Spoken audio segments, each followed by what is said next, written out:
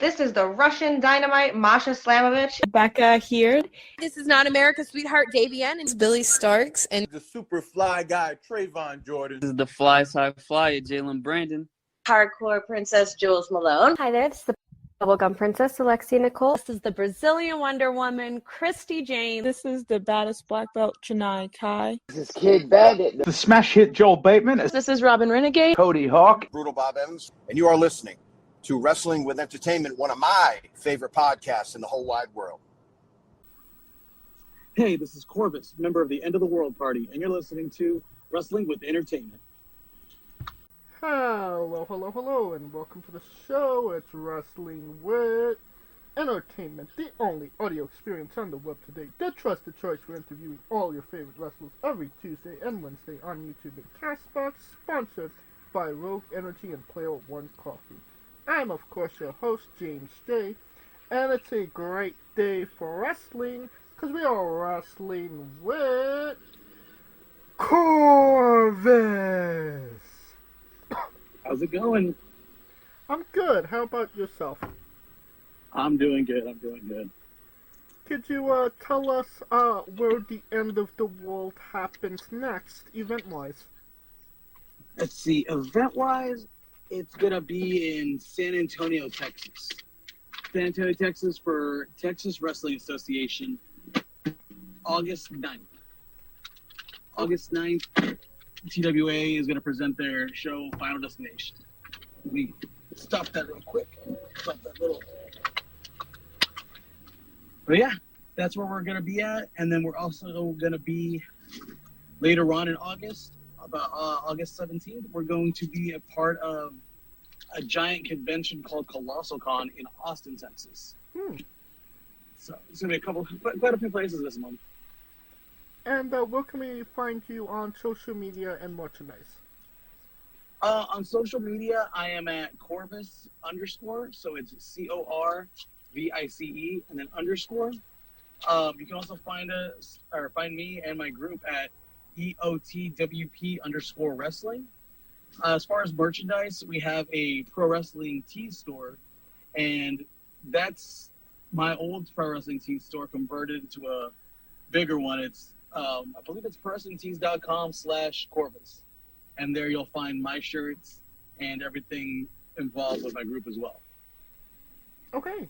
And you don't have to go looking for it. All of the links to all his social media will be in the description of the video below, but on YouTube and Castbox. Alright, you mentioned TWA. You could correct me if I'm wrong, but you are booker for them, correct? Yes, I am the booker, promoter of TWA. Can you, I believe it was your home promotion to begin with, so how did it come to be that you became booker? So about a year ago, I was approached by the old booker, who I knew for a while he was getting ready to step down, and he had come to me and a couple other people at first, but everybody else wasn't really interested. So I started talking to him, and it came to a point in the conversation where he basically told me, I don't mean to make you sound like you have to do this, but he basically told me, if you're not able to take over, there's nobody else at this point, and TWA basically ceased to exist. But he also understood that we're booked, almost every weekend all over the place. So if I couldn't do it, it was, no hard feelings or anything. But like you were saying, TWA is where I started about 15 years ago. So it kind of broke my heart to think about it just, disappearing. So I took a little bit of time to think about it, and then I came back to him maybe with like 3 months to spare. And I told him, yeah, I'll take over. And I took over the booking in January of this year. That's incredible. What does it kind of mean to you to be the booker of the promotion that you started with?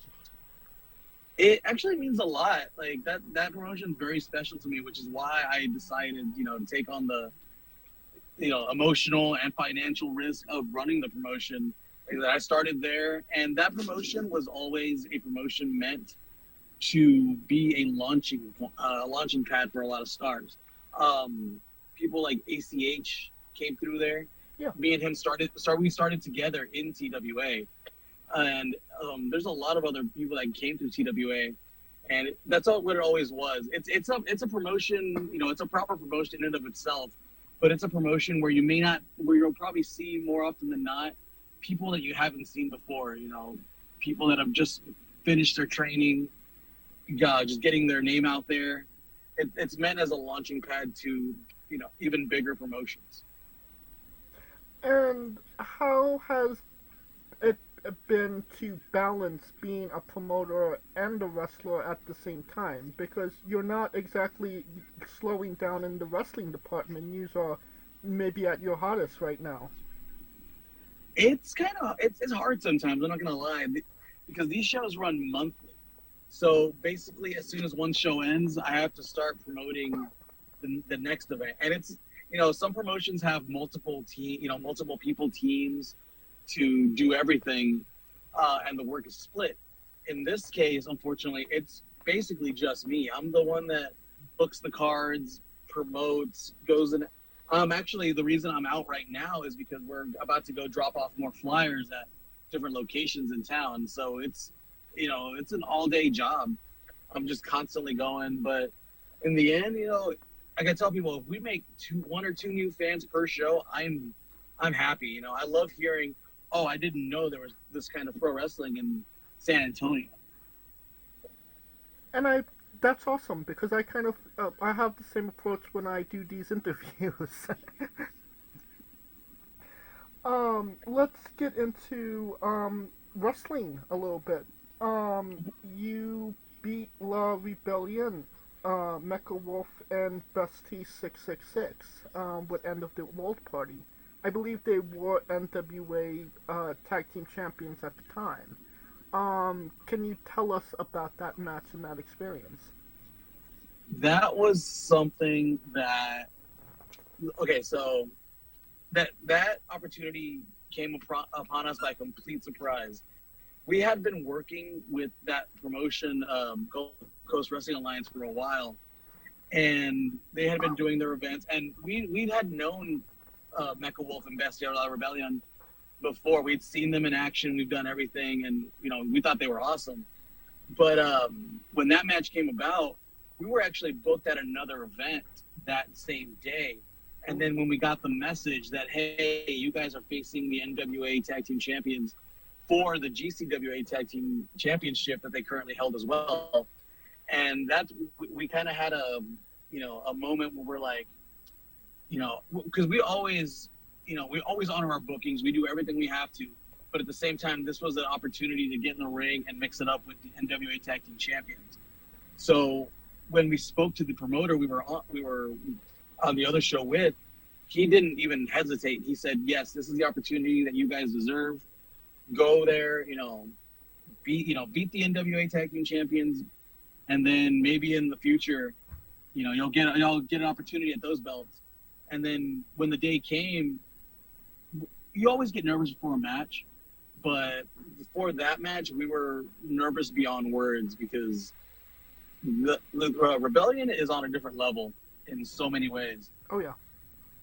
And that match, we beat them. We took the championships from them, not the NWA championships, but we took the GCWA titles from them. But the very next day, it was one of those things where, did we really win? Because we both felt like we were just got hit by a truck. It was one of the most grueling matches we'd ever had with anybody up to that point. And it was just crazy to be in there. And, like you said, we beat them. So that's something that we always hold in high regard, is we hold a victory over the, at the time, NWA Tag Team Champions, which not many people had beat them up to that point. Right. Is that a moment you take in the moment, or is that something that kind of sets in afterwards, like, wow, I did this? Oh, it set in afterwards. We did it. We beat them. We had that moment of when they handed us the titles, we were like, oh my God, we did it. And then we bailed out of the ring because they were pissed. And we rolled out of the ring and we got to the back. And then once everything calmed down, we looked at each other and we said, man, we did it. we really did it. We really just did that. And yeah, it definitely set in after the match. Like, All right. Now, let's talk about the guy you was in that match with. Your end of the world party tag team partner, Ricky Ramirez. Tell us about your relationship with Ricky. you know, the end of the world party, it's myself, it's Ricky Ramirez, and it's my daughter and our kid Ash. Yes. So I have a questions about that afterwards. The thing about it is that, you know, obviously my daughter's my daughter, but Ricky I've actually known since we were about in second grade. So we've known each other at this point almost 30 years, basically our whole lives.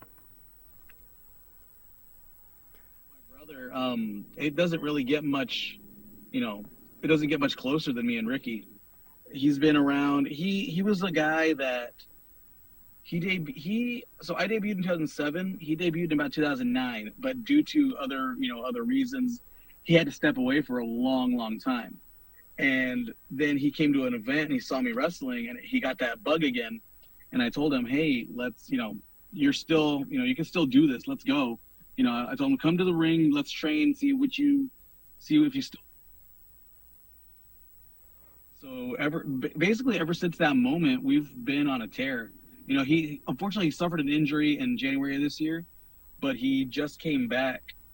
And even just last night, we just had one of our biggest tag matches since his return.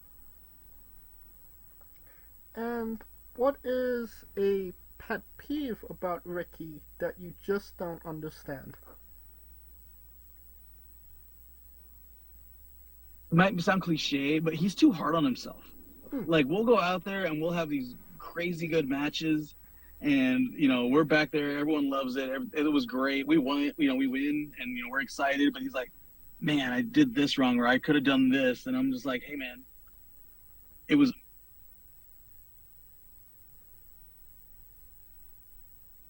went as well as it could have gone. He's very hard on himself, but he shouldn't be, because he's a great professional wrestler. It's like you said, you knew each other from second grade. A lot of tag teams, they meet at a wrestling school or after the fact. Do you feel like that was maybe an advantage you two guys had as a tag team, is that you knew each other for so long?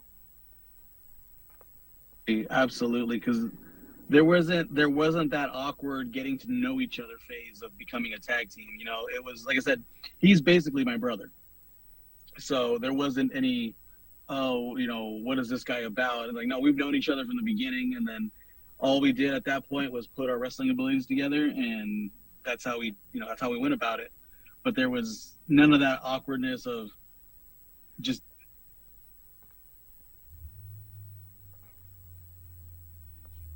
We've known each other for so long that chemistry was immediately there.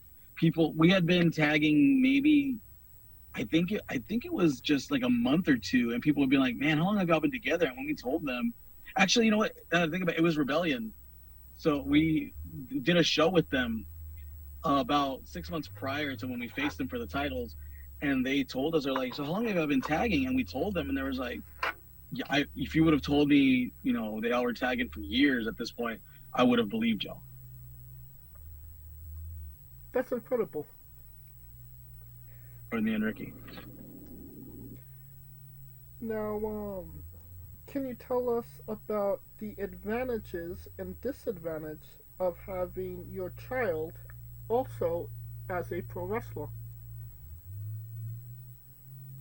My child is a pro wrestler. One of the obvious ones is the travel. So instead of having to be away from her and do, missing, traveling, doing everything. And it's great to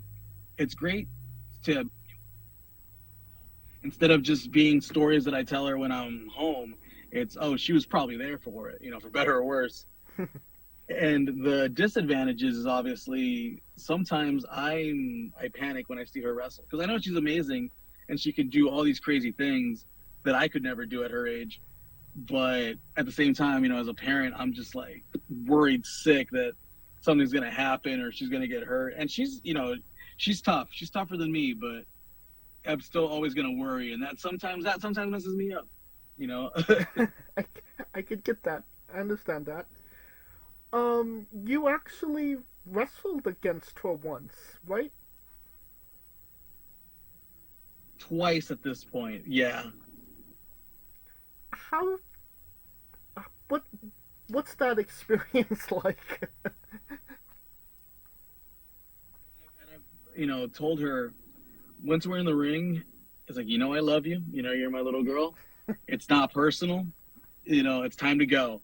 It's like when we're in the ring, we're competing, so we're going all out. And honestly, I think that makes her tougher because she trained with me. She trained with Ricky. She basically trained with all males up until her debut. So, like I said, she's as tough as they come. I hit her with some of my best stuff, and she gets right back up. I got you. Was it always Beat me. Was it always planned for her to be a part of the group with you and Ricky, or was there discussion of her, maybe doing something solo?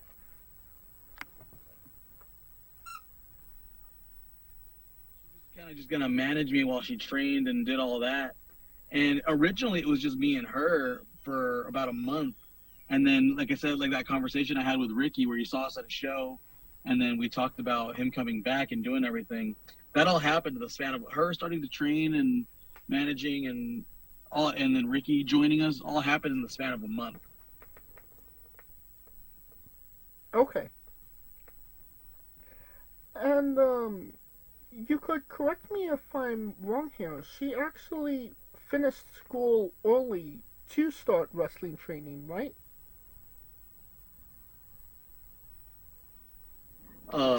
To focus solely on training, and then she still managed to, do another semester of a different type of school to get more, kind of not a backup plan because this is what she wants to do, this is what she's gonna do, but just in case, how pro wrestling is. Sometimes the money's not there, so she went and got a separate education for just something else, to help facilitate if she needs money or something. And I mean, like, as on your side of things, as a father, is it like when she comes to you and say, I'm going to be a pro wrestler, is it like finish school first, and then she's like, well, I just finished school? I basically started training, her sophomore year, I think it was.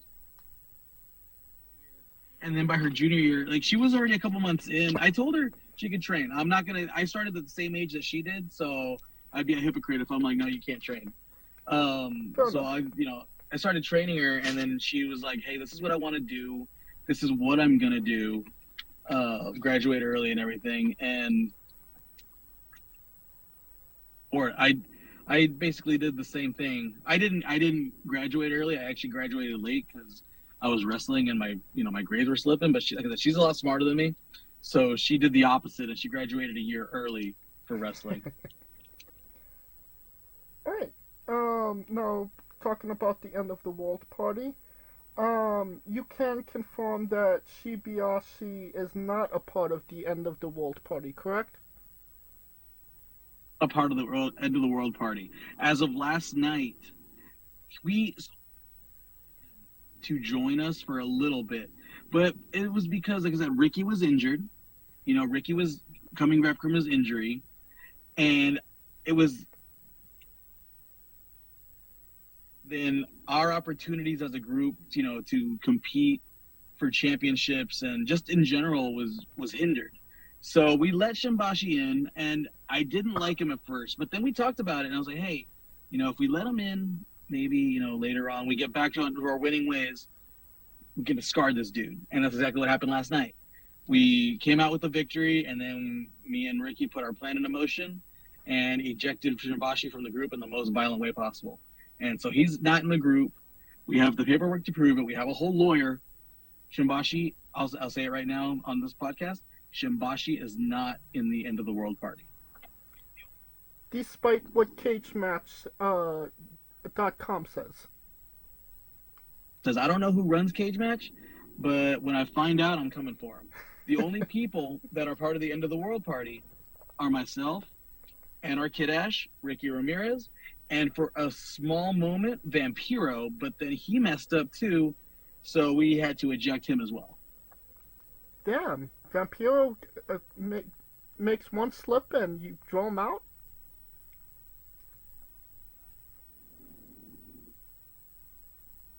Oh, hello?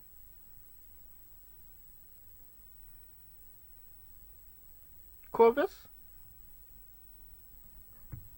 So Vampiro, you drew him out after one slip up?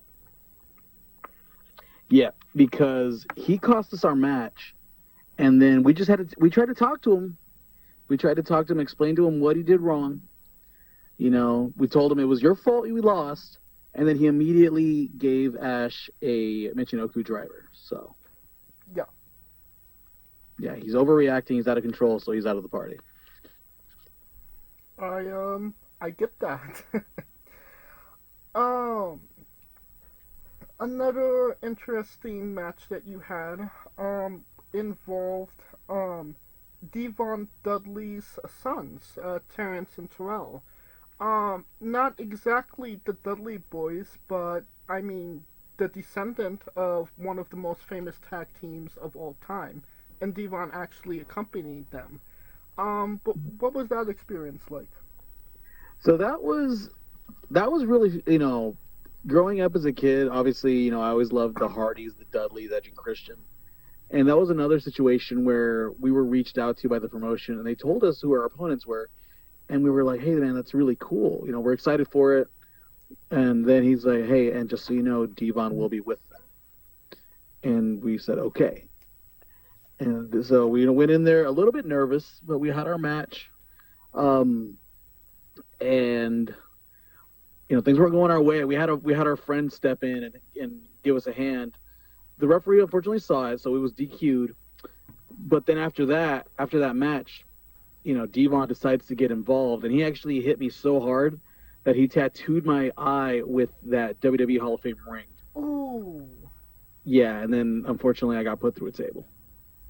Which it was kind of, in my mind, I was like, man, me as a kid would have loved this. Like, I got put through a table by the Dudleys, but as an adult, I'm like, I despise them. And I told him afterwards, I'm like, well, you know what? This is why the Hardys were my favorite, because they wouldn't have done this to me. Well, that's not the only encounter with an ECW legend that you've had. Can you tell us about the time Sabu drew a chair at you? Sabu, oh man. Yeah, that was okay, so it's kind of funny.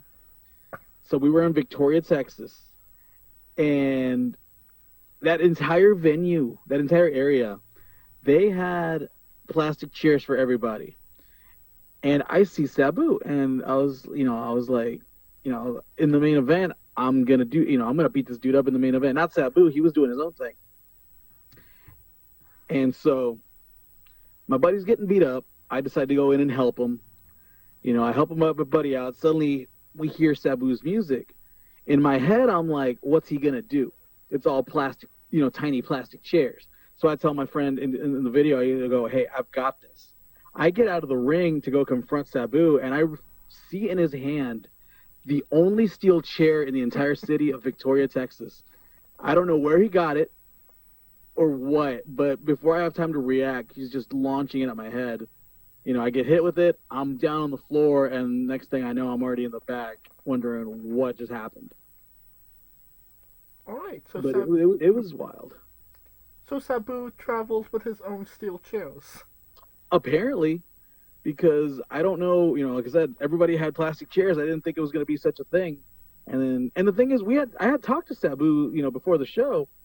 He didn't seem like the type to just, you know, carry us to a chair, but he had it and he threw it. And, you know, it's another one of those things. I grew up watching Sabu. I used to love when he would throw that chair at people's heads and, you know, destroy them. But being on the receiving end of that is terrible. Was it as bad as taking a stapler to the head from New Jack? Let's see.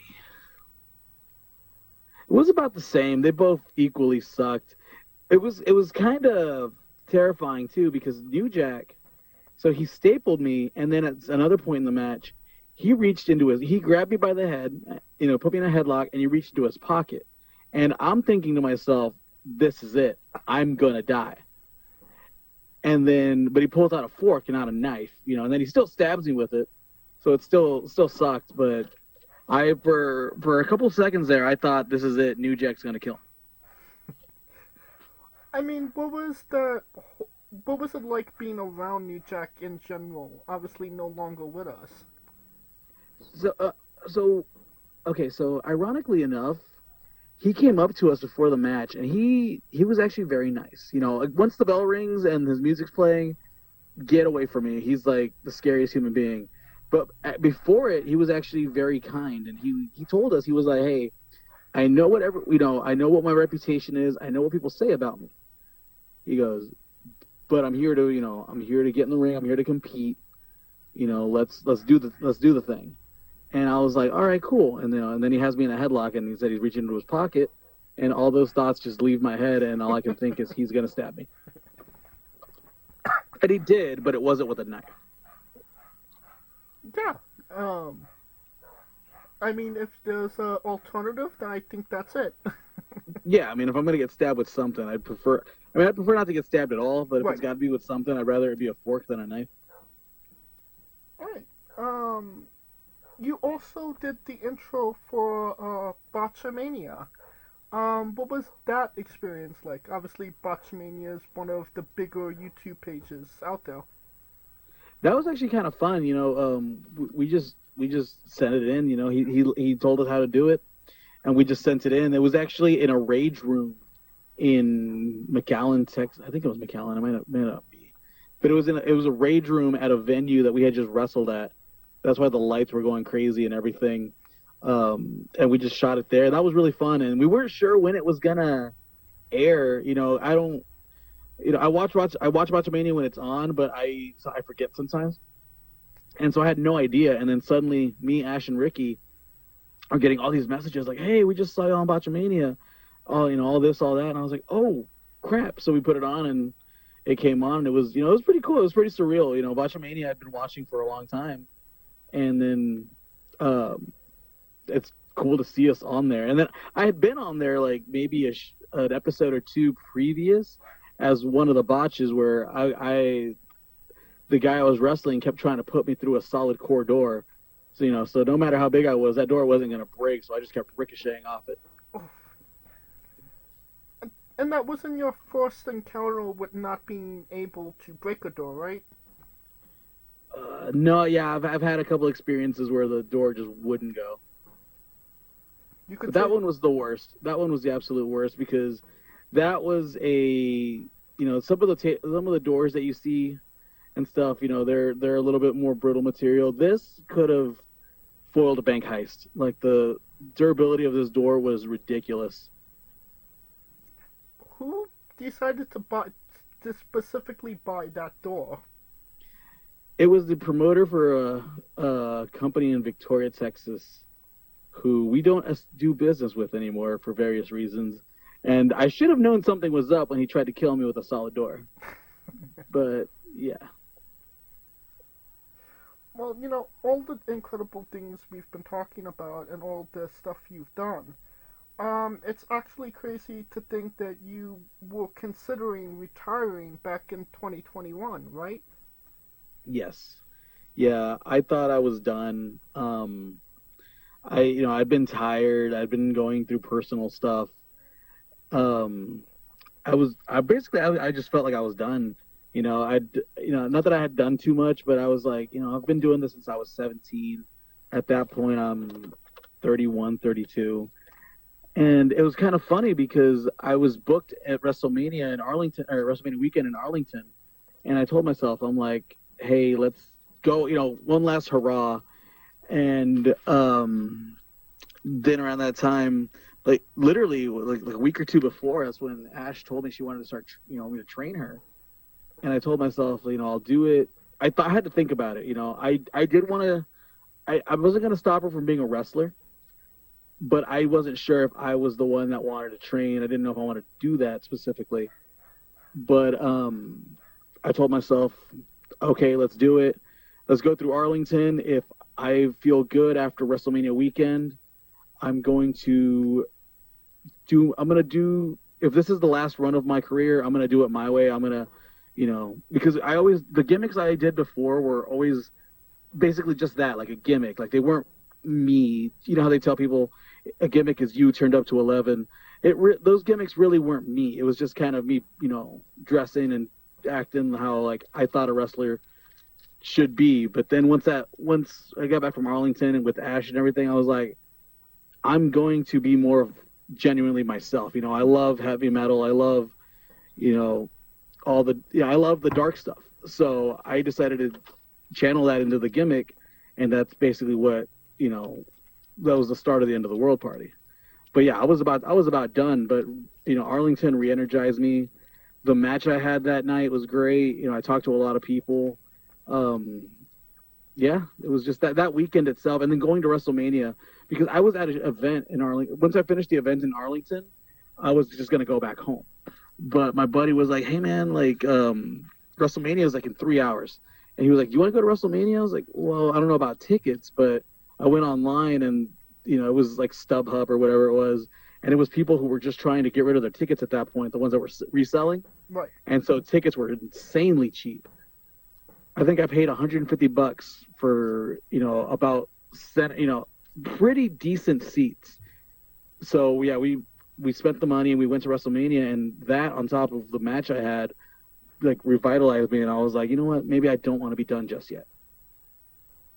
That's incredible. The magic of WrestleMania made you want to continue. Basically, seeing Stone Cold's last match. Yeah, that would definitely do it. But kind of going back to the beginning of your career, you started as a luchador, no? Mask. Yes. Yeah. I started. So Corvice wasn't born till a little bit later, but for the longest time when I started training, I was a luchador, but I didn't have my own identity. I was basically, so TWA is a lot of things. Like they have cheerleading there, they have a lot. I'm the booker and stuff of the wrestling portion, but they had a whole costume department. Like they had a whole lucha show, and they had their own wrestlers, kind of like, I can't kind of think of it kind of like Lucha Underground, how they have their own characters. So TWA had a lucha, like a lucha portion, and they had their own characters. So I basically just went in and played whatever character they needed for that show. I'd put on their gear and, do their stuff. And that was that. And then when I became my own person, when I became Corvus, I kind of kept that, but I got my own mask, my own stuff. And I did the masked gimmick for quite a while. I mean, obviously, the mask is the most important part of the lucha culture. What went into the decision of finally unmasking and just being you? So it's funny, and everybody kind of gets a kick out when I tell them, because when someone decides, hey, it's time to lose the mask, it's time to do this, time to do that, they think it's like some grand thing. I had just got a brand new mask made and everything. I took my mask off because we stepped out to wrestle, and it was so hot that my eyes were sweating. Like, it was impossible to see because the eyes were covered, and then underneath the mask, I was sweating bullets. Like, it was in August, I believe, of whatever year that was, and it was so damn hot that I look at my tag partner, and I was like, hey, man, this is it. And he goes, what are you – during our entrance, I look at him, I'm like, this is it, dog. I'm unmasked. He goes, what? I was like, yeah, it's hot. So I look at the crowd, I grab my mask, and I ripped it off. And it got a pop, and everyone's like, oh, man, that was cool. I was like, yeah, dog, I didn't intend to do that.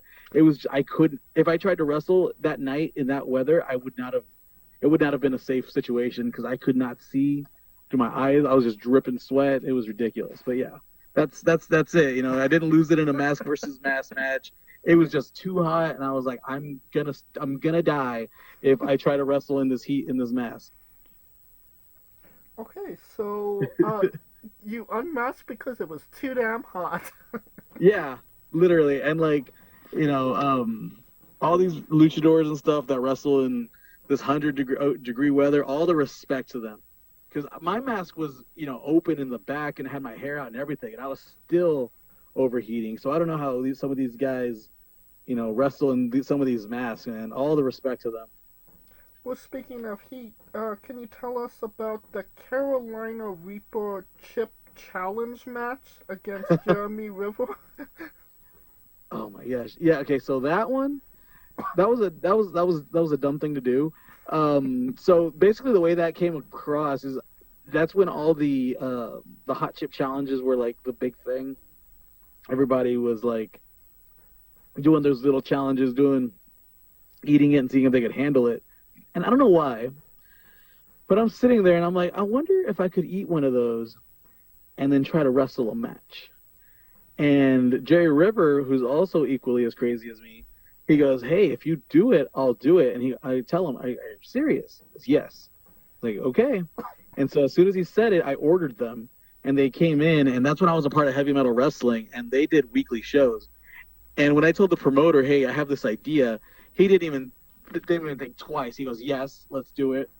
And so everything you saw there was about as real could be. We took the Reaper chips, everything. We opened them brand new. We ate them, and I'd never eaten one before, so I had no idea what I was in for. And we said, "All right, let's just wrestle till we cannot anymore." I was like, we could probably go for a while. I'm pretty sure that whole match was 3 minutes long because it started to hit, and again, like my eyes started to sweat, like I can't breathe. Every breath is just painful. And yeah, there's video somewhere after that match. We're in me and Jerry Rivers are in the back hugging and crying and sweating because it was just the worst experience ever. And they tell you don't drink water, and I drank that milk, but my reaction when I'm in the back is I need some water. It makes it worse, Yeah. Yeah, the milk didn't neutralize anything. It just took the pain away for a little bit, but I felt that. I felt that for about a day and a half. So yeah, definitely it was not, awful. Definitely not bringing back that match stipulation. No, not anytime soon. All right. I think that's a great segue into Corvice's Bizarre Adventure. You're a pro wrestler that goes up and down the roads, and weird, crazy, and bizarre things are bound to happen. Can you tell us a road story that fits that description? A road story where, I'm pretty sure there's one. What do you think? Road story where something weird, crazy happened. There was one. Oh my gosh, I can't believe I'm about to tell this story. There was one when we were in Garland, Texas, years ago, and it was a show in a flea market, and we were like, okay, this is, it is what it is. We're gonna do the show, and just everything about that venue tried to kill us. Like, we had doors to the venue that tried to slam on us. Like, there were like powered doors that tried to close on us. I go to the restroom and I close the stall door, and the stall door breaks open in 3 places and then snaps back together, and it catches my hand. Ooh. And yeah, so I get out of the bathroom bleeding, and I'm like, okay, great. So I have a glove on my hand in that match, and I chop the guy, and I look away and I shake my hand because I had built up some blisters on my fingers from where I got pinched and everything. Like, my whole hand got messed up. And as soon as I chopped him, because this was about an hour and a half later, all the blisters on my hand explode. So I take the glove off, and there's just blood in there. Oh no. And then later on that night, we're traveling, and we stop at this like gas station taco store or whatever, and this guy's trying to get us to valet park our vehicle, but he's very clearly not a valet person. Okay. So we're like, okay, this is not good. So it's sketchy. So we're like, let's go. We go to a Taco Bell. We get Taco Bell, we eat whatever, and then we're driving back on the highway, in Dallas. And this is the worst part. I feel so terrible. So, and it's funny because Brian Myers had this exact same story, and I was like, there's no way this happened more than once. So we're driving, and there's a homeless guy in the middle, in the median, right?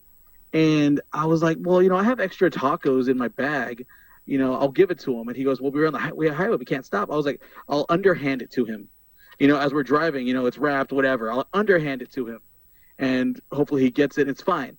I underhand this taco out the window to him at like 40 miles an hour. I don't think we're going that fast. And I was like, he can get it.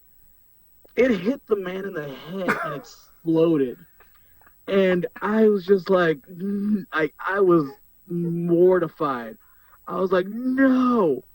And then, so I'm sitting in the car just upset. We're driving. I have to go to the bathroom, and we're coming back. They're still like 2 hours away.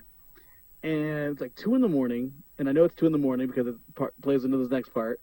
I have to go to the bathroom. We stop at a gas station. There's no gas station, or it's closed. And so I was like, man, I have to go. And they're like, well, there's that, there's a car wash attached to it. Just go around the car wash and go to the bathroom there. I go around the corner. I go to do my business. There's a bar right next door that had just let out.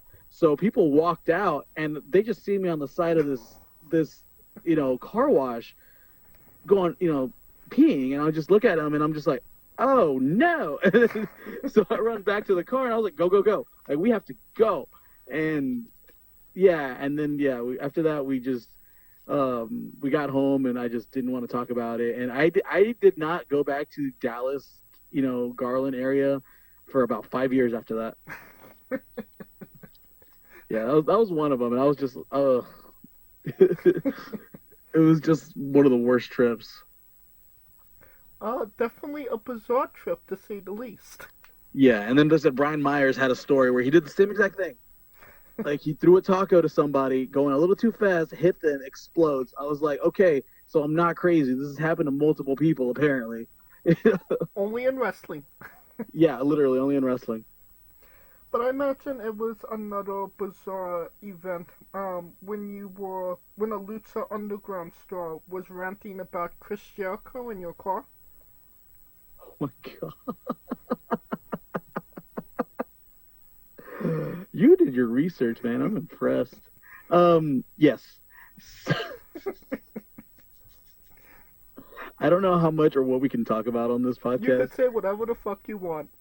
Okay, cool. So Ricky Banderas, Judas Macias, Mil Muertes, whatever.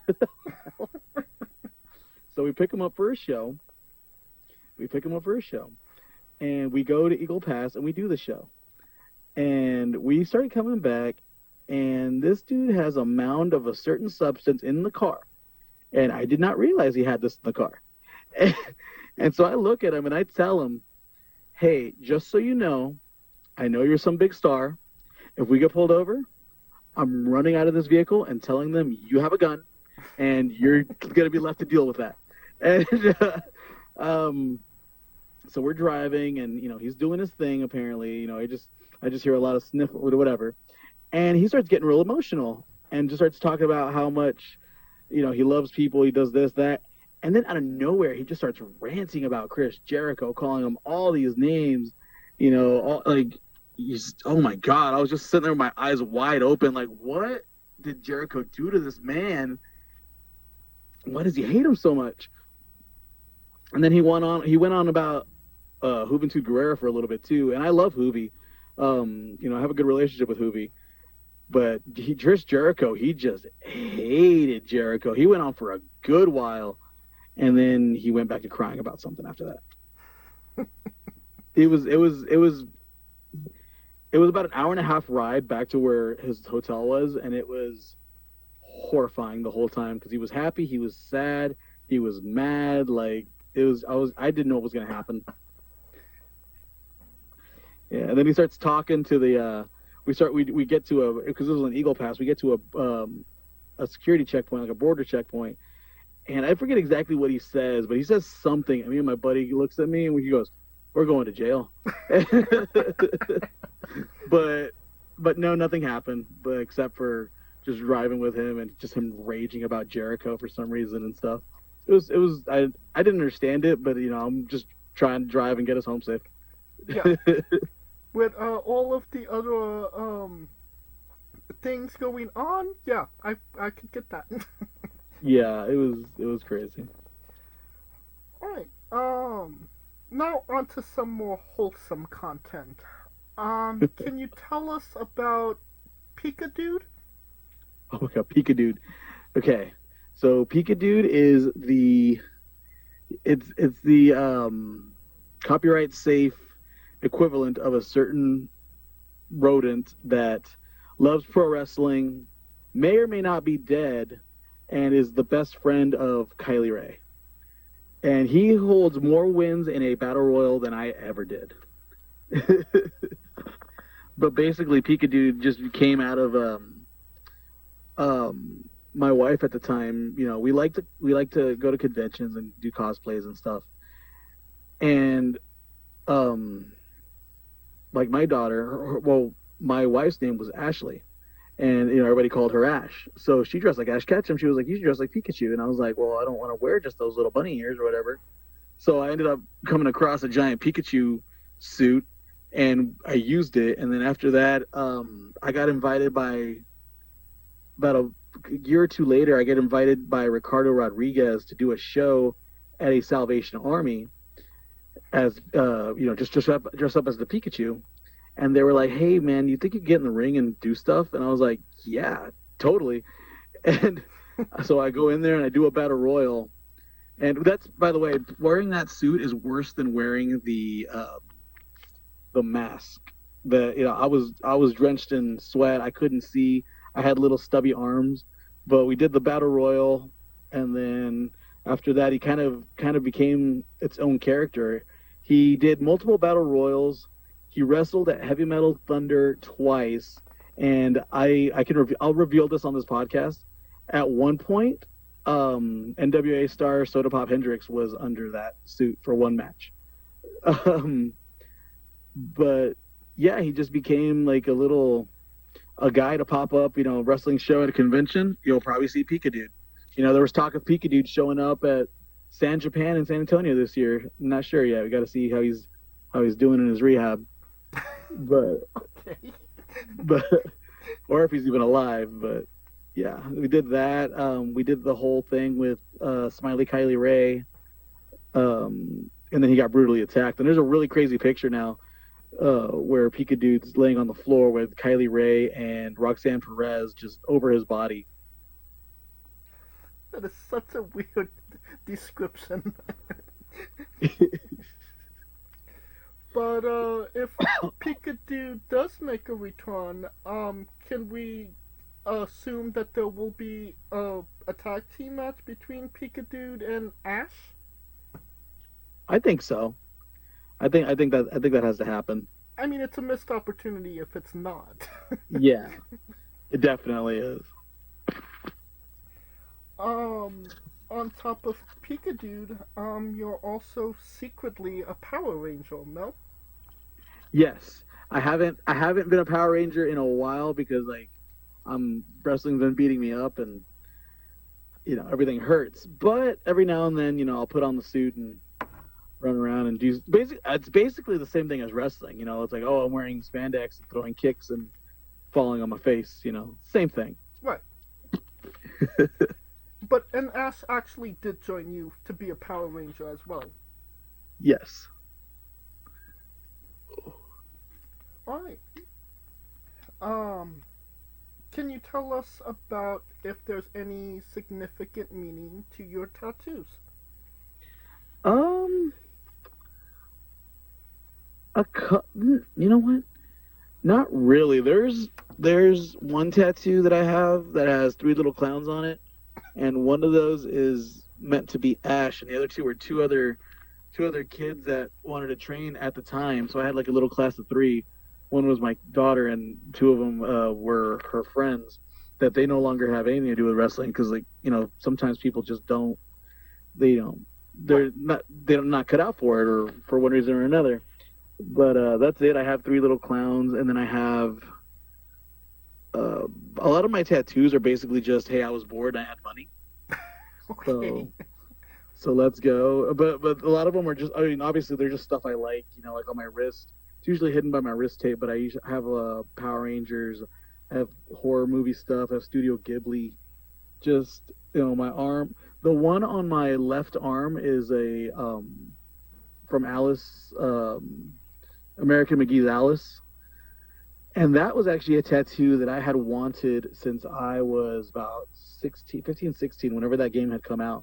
I had seen that photo and I was like, I want a tattoo of the Cheshire Cat and the rabbit. And it just literally, I've got a bunch of tattoos before then, and I just never pulled the trigger on that one. And then one day I was just sitting there and I was like, you know what? I don't know why I'm waiting.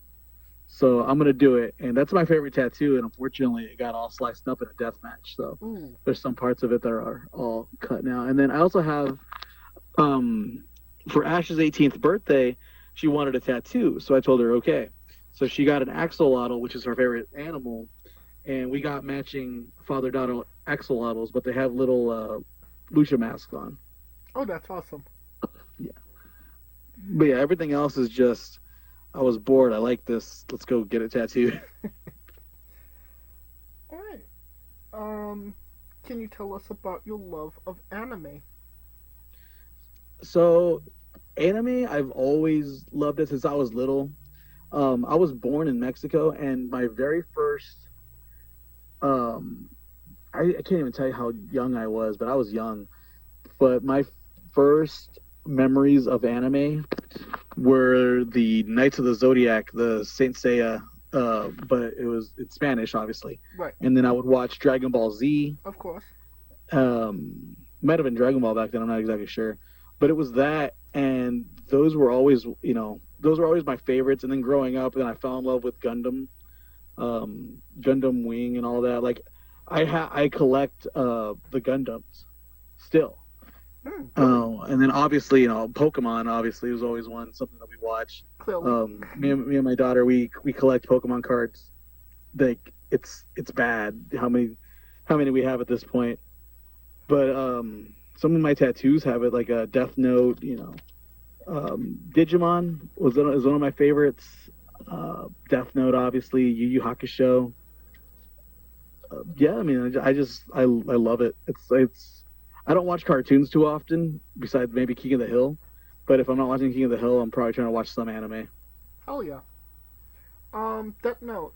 Are you on the side of light or the side of L? Light. Yeah, I have Ryu tattooed on me, so. Of course a heel would say light. I actually used to have on my gear, on some of the older gear, I used to have the apple with Ryuk's face in it. Okay, yeah. And Dragon Ball, favorite arc? What saga? The Android Saga. Hell yeah. The Android Saga. That one was just right. My favorite character of all time is Android 17. So. Yeah. Low-key, 17 is awesome. Yeah, he is. I've met his voice actor. He's a real nice dude. I have a lot of, I need to get more Dragon Ball stuff. I had a couple of Android 17 things, but I don't know where they are right now. But I will get more. I haven't met his actor, but I did meet Vegeta and Goku. Oh, nice. They had a Dragon Ball convention here in Texas. I don't think they're having it this year, but they had it the last couple years, and I regret not going. I mean, most of them either live there or record there because Funimation used to be based in Texas. So it makes absolute sense that they would have a lot of conventions over there. Yeah, see, I didn't know that. That does make a lot of sense. Right. And, yeah. I was never really the voice actor kind of guy, like to go see them. But, considering who Vegeta and Goku, I literally grew up listening to their voices all my life. So I was like, I have to go see them. Yeah, absolutely. That's how I felt about Android 17. On top of that, I think when we met him, he was like 5 minutes from my house. So I was like, why not? Wow, that's awesome. Yeah, so it was fun. All right. Can you tell us about your love of Turn Back Time by Cher. So Mercer loves If You Could Turn Back Time by Cher. I think it's overrated, but I shouldn't say that because right now Aaron Mercer has a couple of people with him that I don't feel like trying to fight.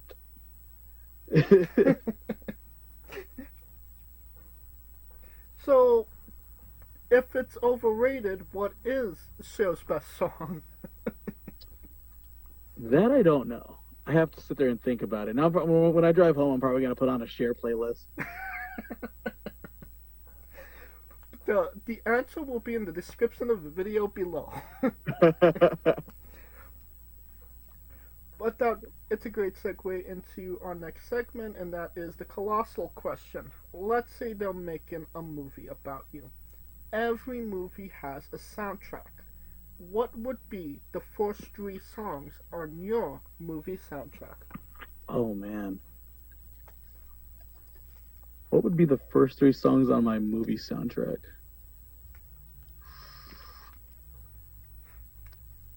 Probably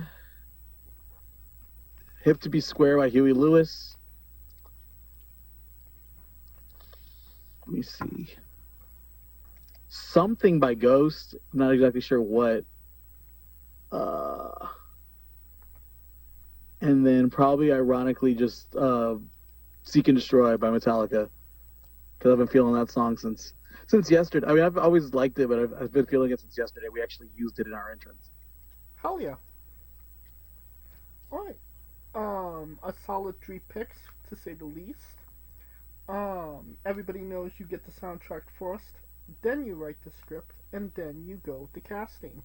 Who plays Corvus? And you can't say yourself because you are legally obligated to make a Stan Lee-esque cameo. Who would play me in a movie? That's a good question. Man, I can't even think of his name now. And he's not even an actor; he's a singer. What band? They're a Mexican band called Grupo Firme, and they always tell me that I've had people literally confuse the lead singer of that band for me, or vice versa. Really? Yeah, I'm trying to think if I could think of if it's like a well-established actor. Who's a good Hispanic actor right now? I mean, if you're getting confused for this other guy, I think he would be a good fit. Yeah, we can go with him. I forget his name, but we can go with him. And every movie has a supporting cast. Who are 3 people significant to you in your story that would be in your movie, and who would play them? So the 3 people would probably be Ricky, Ash, and who else? Probably my best friend, Heather. So Ricky, I would need him to be played by Antonio Banderas just because. Of course. Who would play Ash?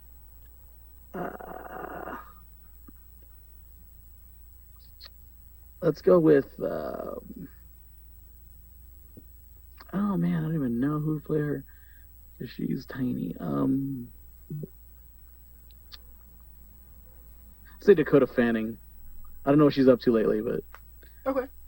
And then Heather... Probably have her played by... And I'm not good with actor names, but she was in this show, Broad City. Broad City. She was one of the 2 main actresses.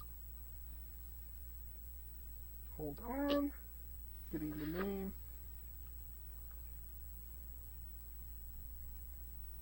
Nope. Alright, is it, Glazer or Jacobson? Jacobson. Abby Jacobson. Yes. Okay. There we go. Alright, a solid cast to say the least. A blockbuster for sure. And you could pre-order the tickets now. Now on to a controversial subject. Pineapple on pizza. What's your stance? You know what? Oh. Pineapple on pizza, what's your stance? I don't mind it. If it's there, I'm not gonna go out of my way to order it, but I'll eat it if it's there. Alright, so leaning more towards pro. Yes. Yeah. I mean, I don't hate it. I feel this is kind of a dumb question now, but what's your spirit Pokemon? My spirit Pokemon? Yeah, definitely Pikachu. We love the late great Tracy Smothers on the show. Do you know the acronym for Doug? THUG.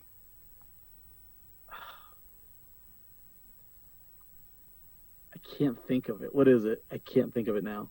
T is for terrible, H is for hell, U is for ugly, and G is for jail. 'Cause a Doug can't spell. That's what. Okay, yeah. Yes, we love the late great Tracy Smothers on the show, trying to keep the memory alive. Weirdest question you'll be asked on a wrestling interview, hopefully. Would you ever consider wrestling a Rock? Not Dwayne Johnson, not the country, an actual physical Rock. Yeah, I've wrestled the Invisible Man before, so I figure with a Rock, there's something there to, there's more there to go off of than I don't know how I'd pin him depending on how the Rock looks, the shape. It doesn't have shoulders, so I don't know if I could pin the shoulder, the Rock shoulders to the mat. Right, I gotcha. Well, just for context, there is a wrestler named Psycho Mike that indeed wrestled the Rock for over 15 minutes in a Tungsten Man match. That's an Iron Man match that lasts for 2 weeks. Wow.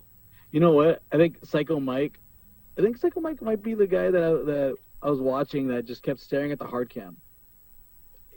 I don't know if that was him, but if it was him, I'm a fan. It's probably Psycho Mike. He's also the guy that wrestled that dog that one time. Okay, yes. Yes. On a more serious note, where do you see yourself in 5 years? In 5 years, I see myself, still going, hopefully. Hopefully with a couple of, hopefully with a stint with a major company, whether it's, a one-night thing, a couple night thing, a contract maybe, just something like that. Because I'm 30, I'm about to be 35. I don't know how much longer I'm going to go. I'm going to try to be as around as long as possible, make the best of it. They always, I just listened to an interview with Dijak, and he was saying that AJ Styles told him, for wrestlers, 40 is the prime age.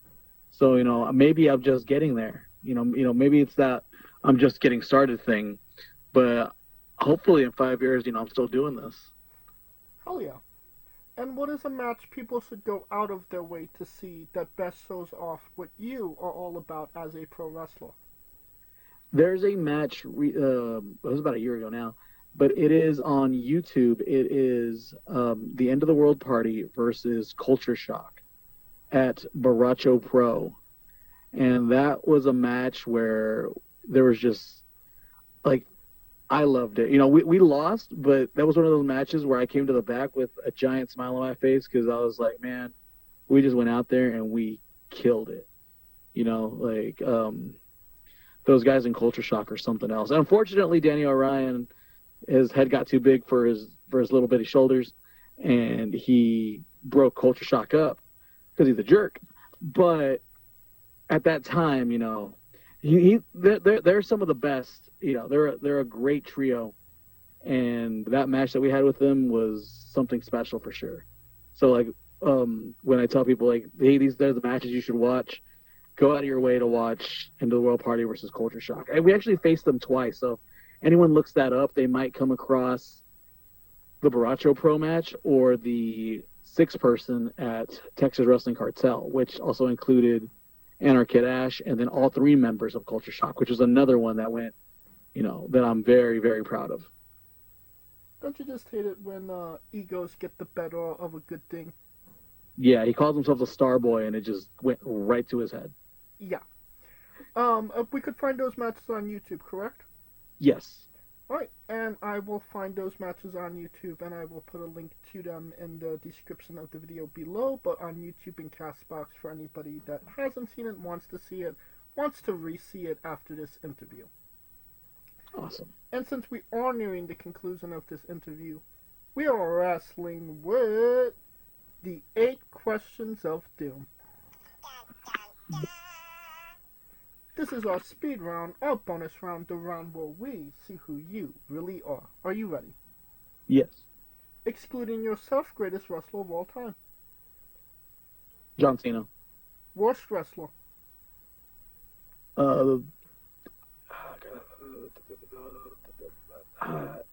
What's his name? Oh my god, I can't think of his name. Crap. Who you think? The Gooch. We'll call him the Gooch. The Gooch? Okay. No. Hold on. No. Man, I was just kidding. I just want to see if he hears that. He's gonna yell at me. CJ Renegade. All right. You're main eventing WrestleMania for the World Championship. Who is your opponent? Seth Rollins. If you could come out to anyone's entrance music, past or present, who would it be?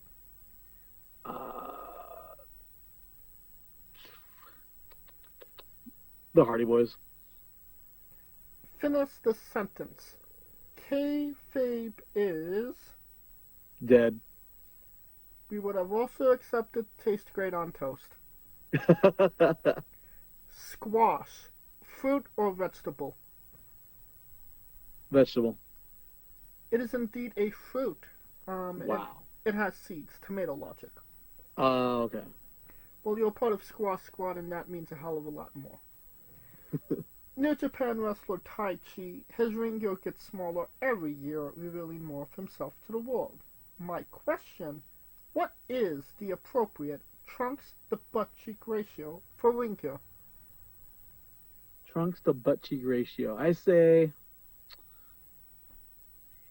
about 70-30 with more trunks than butt cheek. So there needs to be more trunks than butt cheek showing. Yes. Okay.